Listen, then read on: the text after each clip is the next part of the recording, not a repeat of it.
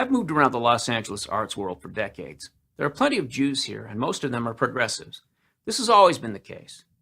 25 years ago, when you saw your Jewish friends at a cocktail party, they would be excited about their upcoming or just completed trip to Israel.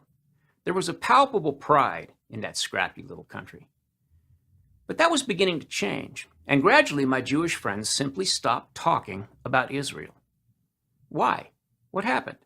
Well, what happened is the American left turned away from the Jewish state and attached their affections to the so-called Palestinians. And American Jews just shut up and went along with it. Why did the left turn? I'll tell you.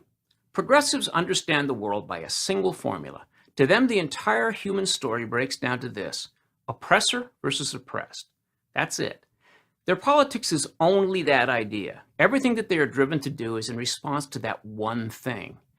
They're really change junkies and control freaks, and oppression is their justification to monkey around with whatever is in place.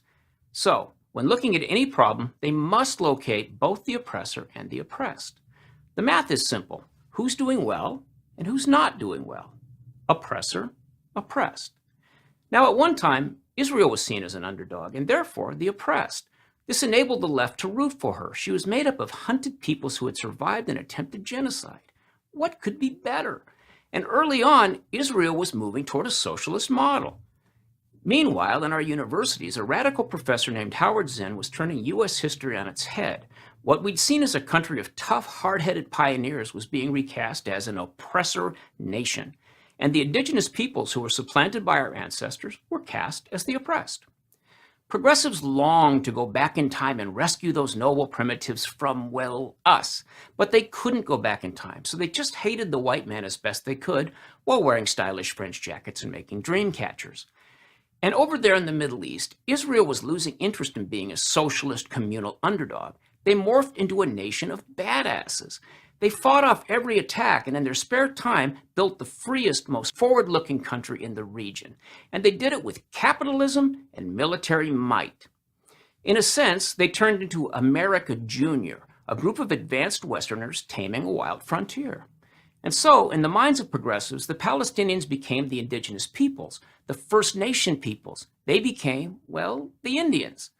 This was just what the left was looking for. Cowboys and Indians in real time. Oh, goody. And so the progressives switched sides, and they have hated Israel ever since. In exactly the way and for exactly the reasons they hate America. And gradually, their fantasy-based adoration of Palestinian Arabs spread to Islam in general. This explains why savage tribalism and patriarchy among Muslims does not bother the left. They had already learned to forgive all that in the American Indians who had been subjugated by empire in North America. You notice how lefties always refer to housing developments in the West Bank as settlements? And the brave Israelis who lived there as settlers? Where have we heard that before? But wait a minute. What's wrong with this picture? Oh yeah, the Jews were there first. They were conquered by the Greeks. They were subjugated by the Romans.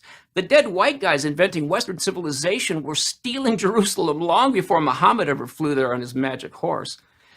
Palestine was the Roman province of Palestina, which Emperor Hadrian established in 135 AD to drive the Jews out once and for all. This makes them the indigenous peoples who were displaced by imperialist greed. The Israelis are the Indians. So maybe I need to call some of my Jewish friends and tell them it's okay to stop hating Israel.